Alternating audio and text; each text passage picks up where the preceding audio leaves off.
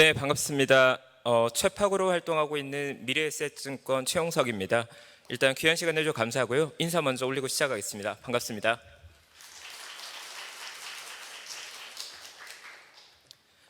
네, 아마 귀한 시간 내서 여기까지 와주신 대부분의 분들께서 투자에 많은 관심들 가지고 계신 분들이실 테고, 아마도 최근 느끼는 부분이 최근의 투자 환경이 정말 만만치 않다, 굉장히 고민이 많이 된다, 그런 공감을 많이 느끼고 계실 것 같습니다. 저 역시 현재 대치 WM 영업 현장에서 고객분들과 매일 소통하고 또 투자에 대한 고민과 아이디어를 나누고 있지만, 제가 과거 경험했던 약 12년간의 투자 시장에서 아마도 올해가 가장 난이도가 높고 또 대응에 대한 고민을 많이 하게 되는 그런 시기인 것 같습니다. 그래서 저 역시도 오늘 귀한 시간 내주신 분들께 올해의 시장에 대한 대응을 위한 아이디어를 조금 나누고자 이 자리에 섰고요. 제가 준비한 대략 한 40여 분간의 시간 동안 어쨌든 투자에 대한 아이디어를 조금 많이 얻어 가셨으면 하는 바람입니다. 일단 오늘 제가 준비한 내용 자체는 미국 주식 투자 전략을 중심으로 했고, 현재 시장은 글로벌 시장의 연관 관계가 높아지면서 미국 시장뿐만이 아니라 미국의 시장 방향성 자체가 국내와 또 중국, 유럽까지 전체 영향을 주고 있는 그런 상황입니다. 그래서 비록 미국 주식 투자 전략이지만 국내 투자를 포함해서 모든 투자자분들께 좀 해당될 수 있는 내용이다 정도로 보시고 같이 봐주시면 더 좋을 것 같습니다. 첫 번째로 제가 이야기 나눌 내용은 현재 시장에 대한 고민이 굉장히 높아지는 시기인데 현재 시장을 어떻게 바라볼 것인가에 관해서 얘기 나누고, 그 다음으로 대략 2016년 하반기부터 국내 투자자들 많은 분들께서 미국 시장 또 중국 시장으로 해외 직접 투자가 활성화되고 있습니다. 그러한 트렌드를 미국 시장을 중심으로 한번 정리해봤고, 마지막으로 지난 30년간 글로벌 야계는 투자의 트렌드가 어떻게 변해왔는가를 간단히 조망하면서 마지막 결론적으로 우리가 투자자로서 글로벌 시장에 어떻게 대응할 것인가에 대한 질문에 대한 답을 간략하게나마 준비를 해봤습니다. 먼저 최근 시장 정말 고민이 많습니다. 저조차도 첫 번째 제목으로 흔들리는 시장이라는 제목을 꼽았을 정도로 최근 미국의 금리 인상, 또 굉장히 높은 인플레이션, 또 최근에 경기 침체에 대한 우려감, 그 외에 코로나 변종 바이러스까지 투자자들을 위축하게 만든 이슈가 정말 많은 시기인 것 같고요.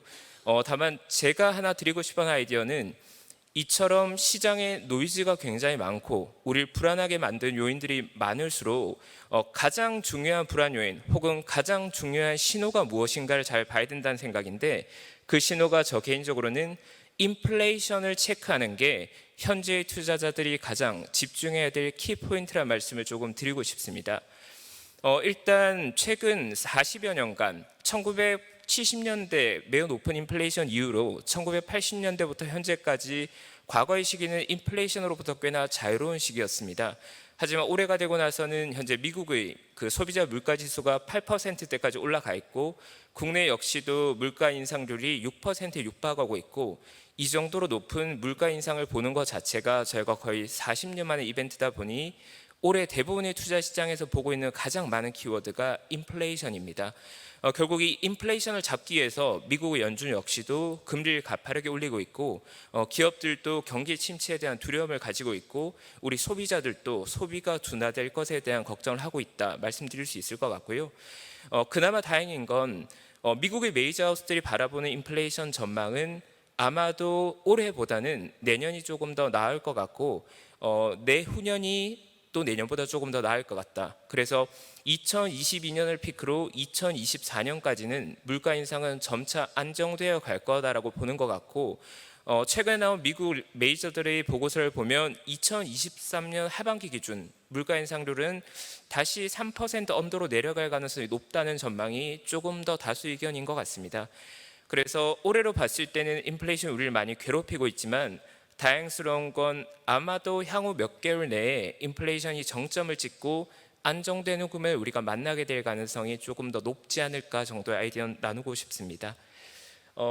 일단 현재 시장은 조금 독특한 국면인 것 같습니다. 저도 지난 12년간 매일 시장에 참여하고 많은 고객분들과 소통하고 있지만 유례가 없을 정도로 최근 고객분들께서 매크로 경제 환경에 관한 질문을 굉장히 많이 해주고 계시는데, 사실 이게 일반적인 상황은 아닙니다. 왜냐하면 기본적으로 이 투자자들이 관심을 가져야 되는 건 투자 대상, 어떠한 기업이 매력적인가, 또 투자 대상의 가격이 어느 정도인가 관심을 가진 게 일반적이고, 지금처럼 인플레에 대해 얘기하고 경기 침체 이야기하는 건 과거의 케이스를 보더라도 매크로의 위기가 발생했거나 우리를 불안하게 만드는 요인이 많을 때 일어난 현상이었는데, 지금이 딱 전형적으로 2008년 리만 사태와 같은 매크로 위기에 대한 얘기가 가장 많이 나오고 있고, 투자자들의 심리도 거기에 많이 얼어 있는 그런 상황입니다.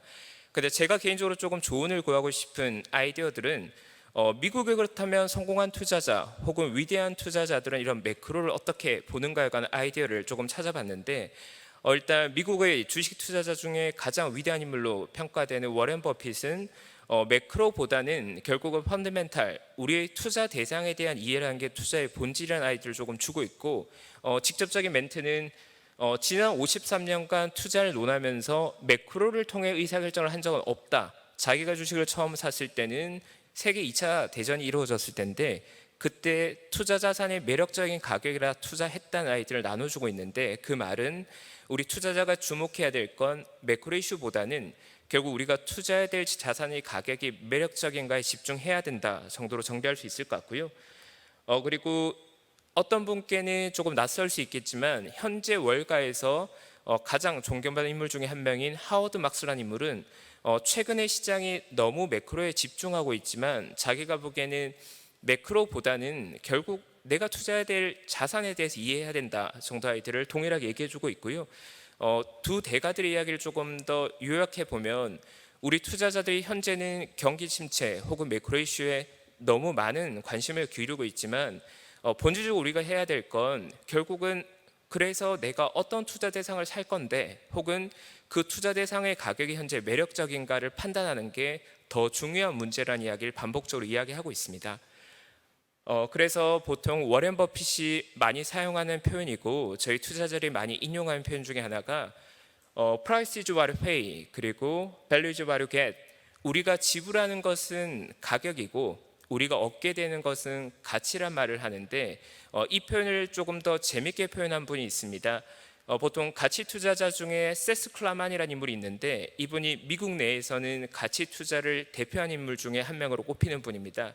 그분이 표현하기를 우리 투자자들이 어떤 물건을 살 때 스웨터를 사고자 하는 사람은 스웨터의 가격이 할인될 때 굉장히 기뻐하는데 주식 투자를 할 때 이상하게 가격이 내려가면 고통스러워한다. 그게 난 이해가 안 된다고 표현했습니다. 그 말은 뭐냐면 결국 우리 투자자들에게 중요한 건 매력적인 투자 대상 기업을 매력적인 가격에 사는 건데, 지금처럼 위기론이 많이 나오고 또 시장이 많이 하락하고 또 투자에 고민이 많아지는 시기는 매력적인 기업들이 매력적인 가격에 거래되는 시기이기 때문에 가격의 측면에선 조금 매력적일 수 있다. 그래서 오히려 기회로 활용할 수 있다 정도의 아이디어를 얻을 수 있을 것 같습니다.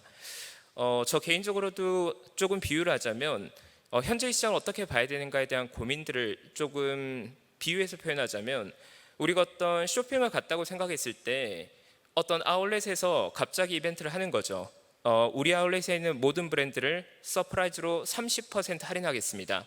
갑자기 할인 이벤트가 나왔을 때 투자자들이 해야 될 행동은 가장 좋은 자산을 30% 할인된 가격에 사는 게 중요할 겁니다.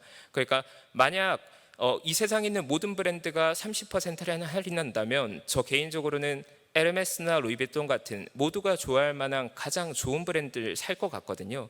마찬가지로 지금 미국 시장의 상황은 미국을 대표하는 가장 좋은 기업, 그리고 퀄리티가 낮은 기업, 또 불안한 기업, 모든 기업들이 큰 폭으로 할인되어 가고 있기 때문에 미국 시장의 신규로 투자하는 투자자들에게는 매력적인 할인 기회, 매력적인 투자 기회를 제공하고 있다, 그렇게 볼 수 있을 것 같습니다. 다만 여러 노이즈들 또 시장을 불안하게 만드는 요인들이 많이 있기 때문에 공격적으로 시장에 참여하기는 조심스러운 면이 있지만 시장은 여전히 가격적으로 점차 할인되어 가고 있고 아마도 향후 6개월 혹은 1년 내에 시장이 바닥을 확인하는 과정을 거치게 될 것 같은데, 그 과정에 투자자들은 아마도 좋은 기업을 아주 좋은 가격, 할인된 가격에 살 기회를 만나게 될 거고요. 그 기회를 활용하기 위한 고민들과 공부를 해야 될 시기라는 아이디어를 조금 전하고 싶습니다. 현재 시장을 저 개인적으로는 이렇게 정의하고 싶습니다. 이자, 그러니까 금리가 올라가게 되면서 기업들이 기업 활동에 필요한 자금 조달의 비용이 급격히 높아지고 있습니다. 그 과정에서 아마도 부도난 기업들이 많아지게 될 것 같고, 부실한 기업들이 건강한 기업에 인수합병된 M&A들도 활성화될 것 같습니다. 그래서 상대적으로는 기업 현금 창출 능력이 있고 이익 능력이 막대한 기업들은 경쟁력이 더 강해질 것 같고, 아마도 많은 M&A를 통해서 현재 시장의 강자들이 더 강해지는 시장이 올 것 같습니다. 과거에 이런 위기 국면을 찾아왔을 때는 약자들은 도태되고 강자들은 더 강해진 국면이 왔는데, 우리가 지금 보고 있는 2022년의 시장 역시도 약자들이 도태되고 강자들이 더 강해지는 그러한 변화의 과정이 있다고 보는 게 현재 시장을 보는 개인적인 의견입니다. 그렇다면 과연 투자자들로선 어떠한 기업이 막대한 이익을 창출하고 또 현금을 가지고 약한 기업들 인수하는 더 강자가 될 건가에 대한 아이디어가 필요할 텐데요. 그걸 저 개인적으로는 최근 한 문장으로 메가 트렌드를 주도하는 기업에 집중하라는 말씀을 전하고 있습니다. 제가 기억하기로 2016년 하반기부터 국내 투자자분들께서 미국에 직접 투자 시작했는데, 그전엔 사실 많은 투자자분들이 증권사를 찾아가더라도 해외 기업을 직접 투자하기 굉장히 어려움이 있었습니다. 해외 투자 매수를 위한 시스템도 갖춰지지 않았고, 또 국내 증권사 직원들 역시도 해외 투자에 대한 지식이 없었던 시기입니다. 그런데 제가 2010년부터 현장에서 과거의 10년을 한번 돌이켜 보니까 크게 2번 정도의 트렌드 변화가 있었던 것 같고요. 그 트렌드 변화를 전개해서 현재로부터 시작될 트렌드가 어떠한 것인가에 대한 아이디어를 조금 드릴 수 있을 것 같습니다.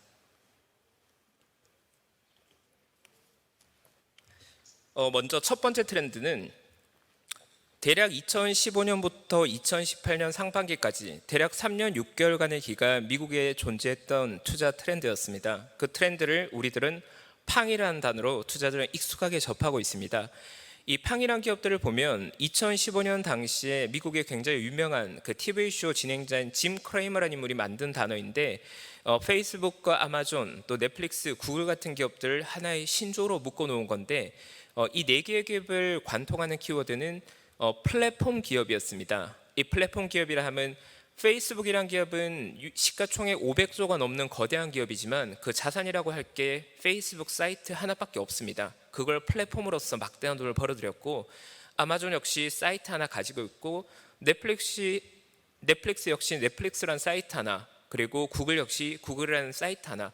그러니까 과거의 거대한 기업이라고 하면 막대한 부지, 막대한 건물, 또 공장, 생산 능력을 가지고 있었는데, 이 판 기업들은 결국 인터넷 사이트 하나로 수십조 원, 수백조 원의 돈을 벌어들이고 있다는 걸 발견한 겁니다. 그래서 실제로 워렌 버핏 같은 인물조차도 표현하기를, 이러한 플랫폼 기업들, 무형자산을 가지고 있는 기업들은 과거처럼 자본을 재투자해서, 철도 같은 기업들은 경쟁자를 물리치기 위해서 많은 공장을 짓거나 철로를 짓거나 많은 비용의 재투자가 필요했는데, 이런 판 같은 기업들은 자본의 재투자가 필요 없기 때문에 그거 자체로 굉장한 경쟁력이 있다고 판단했고, 이런 것들을 원페이지로 정리하면 플랫폼 기업들은 소셜 네트워크 서비스나 온라인 쇼핑 혹은 컨텐츠 비즈니스 같은 하나의 서비스를 제공한 사이트 하나만으로 수억 명에서 수십억 명의 사용자를 확보하고 막대한 부를 이뤘습니다. 그리고 더 특징적인 건, 과거의 기업들은 최강자가 된 후에 경쟁자와 싸기 위해서 많은 자본을 재투자해서 벌어들인 돈을 다시 투자해야 됐지만, 이런 판 같은 기업들은 벌어들인 돈을 다시 투자하지 않고 그 자금으로 막대한 경쟁자들을 인수합병하거나 스스로의 경쟁력 강화에 활용하거나 주주 가치를 상승시키기 위한 주주 친화 정책에 투자함으로써 현재까지도 미국 시장의 주도주가 조금 될 수 있었습니다. 근데 다만 이러한 막강한 판 같은 기업들도 대략 4년 정도 시장을 주도하다가 현재는 그 영향력을 많이 잃어가고 있습니다. 실제로 최근에 넷플릭스 같은 기업은 1년간 주가가 거의 3분의 1 토막 이상 났고요. 아마존 역시도 최근 1년간은 주가가 계속해서 우하향하고 있는데, 그 원인을 조금 살펴보면 결국은 경쟁의 격화가 이들을 경쟁력에서 도태되게 만들었다고 볼 수 있을 것 같습니다. 지금 페이스북 역시도 막강한 경쟁에 노출되어 있는 게 중국의 바이트댄스나 미국의 다른 구글과의 서로 광고 시장에서의 경쟁에 노출되어 있고, 아마존 같은 경우에도 아마존을 대체할 만한 온라인 거래 유통 사이트들이 계속 경쟁이 격화되고 있고, 또 넷플릭스 역시도 디즈니나 아마존 같은 다른 사업주들이 OTT 서비스를 제공함으로써 경쟁에 노출되는 모습을 보이고 있고요. 그러다 보니 최근간의 4년간은 이 팡이 아니라 새로운 기업들이 시장을 주도하는 시기였습니다. 그 시기가 바로 2018년 하반기부터 2021년까지의 기간이었고, 그 시기는 팡이 아니라 메가의 시대로 보통 정의되고 있습니다. 이 메가의 시대라고 하면 마이크로소프트, 그리고 아마존, 구글과 애플을 말하는데, 이 네 개 기업이 잘했던 비즈니스는 뭐였냐면 클라우드 산업이라는 거였습니다. 아마 이 클라우드 비즈니스가 어떤 분들께는 조금 익숙하고 어떤 분들께 익숙하지 않을 것 같은데, 하나의 아이디어는 어떤 거냐면 이 아마존이라는 기업이 처음으로 클라우드 사업을 개화하고 만들어냈습니다. 이 아마존의 아이디어는 굉장히 단순했는데, 아마존의 창업자인 제프 베조스가 처음 창업을 할 때 생각했던 게 길거리에 있는 서점을 온라인 서점으로 만들면 전 세계 사람들이 다 우리 아마존에 와서 책을 사가게 될 거니까 내가 굉장히 큰 비즈니스를 할 수 있지 않을까라는 아이디어를 떠올려서 세계 최대의 인터넷 서점이 됐는데, 이 클라우드는 별건 아니고 많은 기업들이 데이터를 가지고 있습니다. 뭐 고객의 정보나 지금까지 만들었던 자료나 많은 파일들이 데이터화되어서 저장되어 있는데, 이 데이터를 저장하기 위한 공간이 굉장히 막대하게 필요했습니다. 그걸 보통 저희가 데이터 센터라고 하고 기업들은 IT 센터라고 부르기도 하고요. 근데 이 제프 베조스가 많은 기업들이 가지고 있는 그 방대한 데이터, 이 데이터의 창고를 온라인에 만들어 놓으면 어떨까라고 생각한 거고, 그 방대한 데이터를 서버에 올리는, 클라우드 서버에 올리는 비즈니스가 바로 이 클라우드 비즈니스인데, 이 클라우드 비즈니스에서 가장 큰 장점은 뭐냐 하면 많은 기업들이 가지고 있는 IT 센터나 유형 자산들, 큰 건물, 빌딩, 창고 같은 것들을 다 매각하고 이런 구글이나 아마존 같은 사업자에게 클라우드 계약을 맺게 됨으로써 기업들의 비용 절감 효과가 굉장히 크게 나타났다는 겁니다. 그래서 실제로 이 클라우드 산업의 특징은 기존의 데이터 센터들을 기업들이 처분함으로써 기업들에게 막대한 현금이 들어오게 되고, 기존의 클라우드 사업자들은 그 과정에서 막대한 정보를 얻게 되는, 서로 윈윈이 되는 구조였고, 제가 생각하는 클라우드 산업의 가장 중요한 특징은 이 데이터가 클라우드 사업자들에게 집중된다는 특징이 있었습니다. 실제로 우리가 바라보기에 전 세계에서 가장 많은 데이터를 가진 기업이 어딘가 물었을 때 구글, 그리고 애플, 마이크로소프트 같은 기업들이 전 세계에서 가장 방대한 데이터를 가지고 있는데, 그 근간을 보면 결국 클라우드 비즈니스에서 많은 캐시플로우를 만들어내고, 또 우리가 많은 사람들이 클라우드 환경에서 업무를 보는 과정에서 그 데이터들과 정보들이 모두 다 마이크로소프트나 구글, 애플 같은 클라우드 사업자들에게 정보가 집중되면서 그들의 경쟁력이 더 견고해지고 있다 정도로 말씀드릴 것 같습니다. 그렇다면 제가 지금 방금 말씀드린 대로 대략 2015년부터 2021년까지 트렌드가 두 번의 변화가 있었는데, 그 기간 기업들의 주가는 어떻게 변했는지도 간략히 정리해 봤습니다. 아까 전 말씀드렸던 팡의 경우에 대략 3년 6개월 동안 평균 상승률이 440%였습니다. 이 기간 가장 많이 올랐던 넷플릭스는 700%가 넘게 올랐고요. 가장 적게 오른 구글 같은 기업들도 200%가 넘게 올라서 4개의 평균 수익률이 4배가 넘게 오르는 기간이었고, 그리고 실제로 메가가 시장을 주도했던 2018년 하반기부터 2021년까지의 기간도 3년 6개월 동안 이 메가의 평균 상승률이 대략 320%, 굉장히 폭발적인 주가 상승이 있었습니다. 제가 조금 나누고자 하는 이야기는, 과연 그렇다면 2016년 하반기부터 2021년까지 미국 시장에 참여했던 투자자들은 막대한 성과를 얻었습니다. 과거 6년간 성과가 좋았던 분들은 500% 이상, 5배 이상의 성과를 냈었고, 주도주 일부에 참여한 분들도 적어도 3배에서 한 4배 정도의 수익을 얻었는데, 그러면 2022년 현재로 봤을 때는 어떠한 투자 트렌드에 참여해야 우리 투자자들이 이 정도로 높은 성과를 얻을 수 있을 건가가 키라고 볼 수 있을 것 같고요. 그 아이디어를 저는 조금 나눠보고자 합니다. 이제 투자에도 굉장히 어려운 것들이, 투자의 과거 시계들은 백미러로 보듯이 굉장히 선명하게 보이는데 미래를 전망하게 되면 그렇게 선명하게 볼 수는 없고 우리가 추정할 수 있을 뿐인데, 이 미래를 추정하기 위해서 많은 아이디어들과 힌트들을 모을 필요가 있습니다. 그래서 제가 조금 모아온 힌트들은, 첫 번째는 빅데이터에 관련된 키워드입니다. 여기에 사진에 나와 있는 분이 익숙하실지 모르겠지만 이 소프트뱅크를 이끌고 있는 손정의 회장인데 이분은 좀 독특한 분입니다. 일본의 투자자긴 하지만 어쨌든 3차 산업혁명, 보통 우리가 인터넷과 컴퓨터가 세상을 바꿨다고 평가받는 3차 산업혁명 시기에는 그 당시 야후에 투자해서 일본 최고의 부자가 됐던 분인데 그 버블이 꺼지면서 다시 굉장히 힘든 시련의 시간을 겪었습니다. 일본 내에서는 사기꾼이라는 표현도 많이 들었었고요. 실제로 야후가 거의 지금은 없어진 기업이다 보니까 그 과정에서 굉장히 일본을 대표하는 부자에서 일본을 대표하는 사기꾼 이야기까지 들었던 분인데 다시 4차 산업혁명 플랫폼의 시기에는 알리바바에 투자해서 또다시 일본 최고의 부자까지 컸던 분입니다. 그래 보통 투자자들이 손정의 회장을 표현하기를 미래를 가장 명확하게 보는 인물이라고 많이 표현하는데 이 손정의 회장이 요즘 반복적으로 했던 표현이 데이터를 차지하는 자가 세상을 집어삼키게 될 것이다. 이게 2016년 주주총회에 했던 말이고요. 이 표현을 최근에 조금 바꿔서 표현한다고 합니다. 인공지능을 차지하는 자가 세상을 집어삼키게 될 것이다. 이 손정의 회장 같은 미래를 명확하게 보는 인물들은 데이터를 차지하는 것이 중요하고 그 데이터를 통해서 인공지능을 차지하는 것이 세상의 가장 중요한 부분이라는 힌트를 저에게 주고 있고 이것과 비슷한 아이디어를 주는 분이 잭 마위 회장, 알리바바의 창업자죠. 마위 회장 역시 2018년 월드 이코노믹 포럼에서 우리의 아버지들은 하루에 16시간 일했지만 우리들은 하루에 8시간을 일하고 있다. 이 노동 시간의 감소가 우리 자녀 세대가 되면 하루에 4시간만 일하게 될 건데 그러한 혁신적인 변화의 주인공은 로봇 산업 그리고 인공지능 두 가지 산업 때문에 가능할 것이라고 이야기하고 있기 때문에 현재의 투자들을 봐야 될 건 결국 빅데이터를 차지한 기업들이 그 빅데이터를 바탕으로 인공지능을 개발하고 그 인공지능을 통해서 조작되는 로봇들이 우리의 삶을 많이 바꾸게 될 건데 그러한 혁신적인 변화의 주인공이 될 만한 기업들을 찾아내는 것이 2022년의 투자자들이 고민해야 될 가장 중요한 문제라는 말씀을 전하고 싶습니다. 또 하나의 힌트를 드리자면 많은 분들이 저에게 그런 질문을 하셨습니다.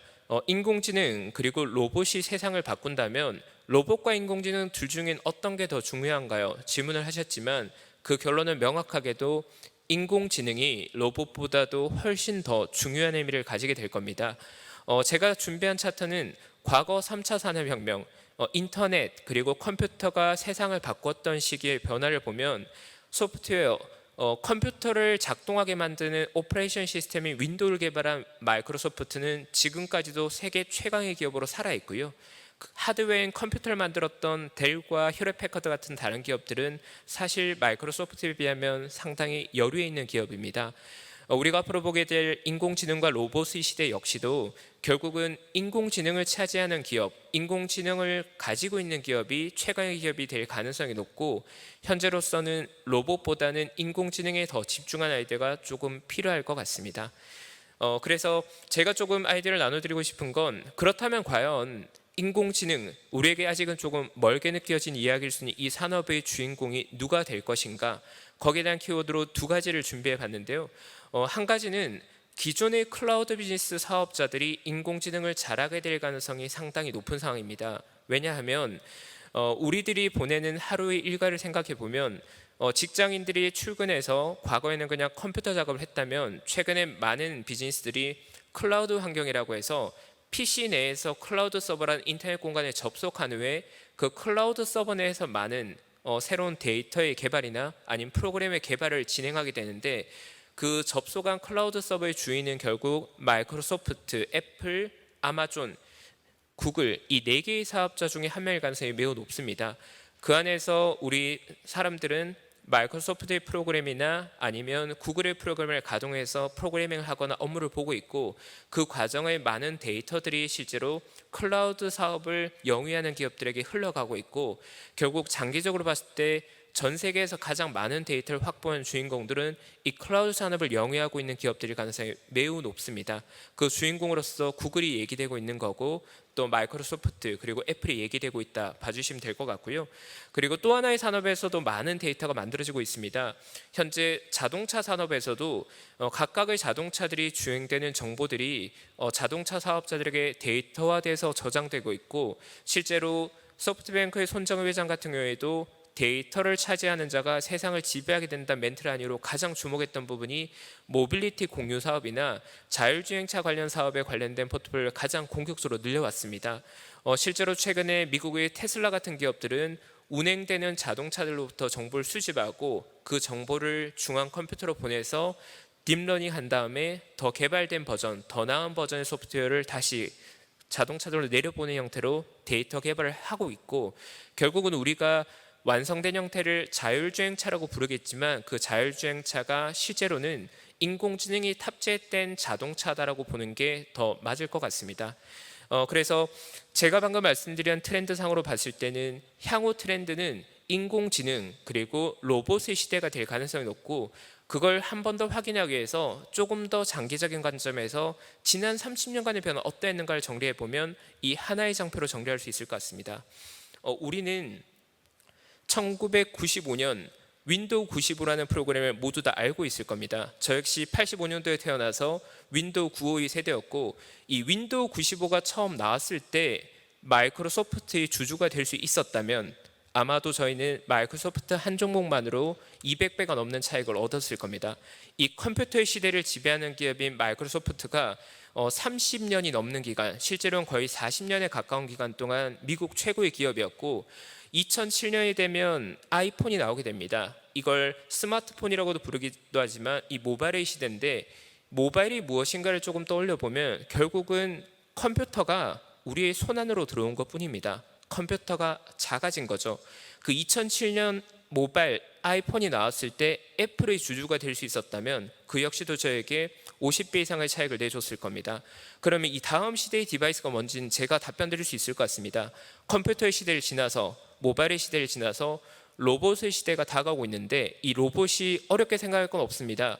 자율주행차가 완성된다면 그 자율주행차는 아마도 바퀴가 4개 달린 로봇으로 분류될 가능성이 높을 것 같고, 그 로봇이 인간의 형태, 사람과 비슷한 형태가 되면 휴머노이드라고 부르게 될 거고요.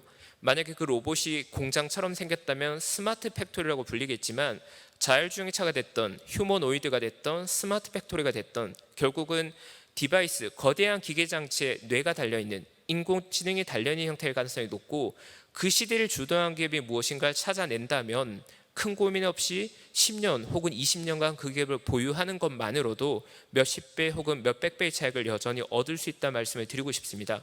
왜냐하면 이 인공지능 소프트웨어는 과거 윈도우가 보여줬던 것처럼 하나의 소프트웨어가 전 세계를 지배할 가능성이 매우 높습니다. 그래서 가장 완성도 높은 인공지능 소프트웨어를 어떠한 기업이 만들어내는가가 우리 투자에 굉장히 중요하다 말씀드릴 수 있을 것 같고요.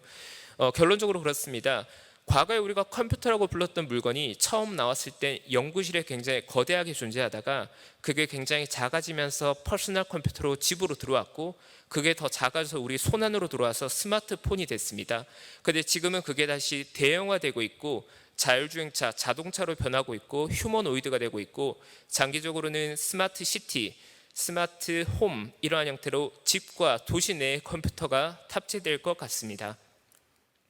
결론적으로 마지막 혁신의 주인공은 인공지능 그리고 데이터, 로봇 세 가지 산업을 모두 융합하는 기업일 가능성이 굉장히 높을 것 같고, 현재로서 미국의 월가에서는 이러한 기업들을 많다라는 키워드로 많이 표현하고 있습니다. 이 많다함은 마이크로소프트 그리고 애플, 엔비디아, 테슬라, 알파벳, 구글 말하고 있고요.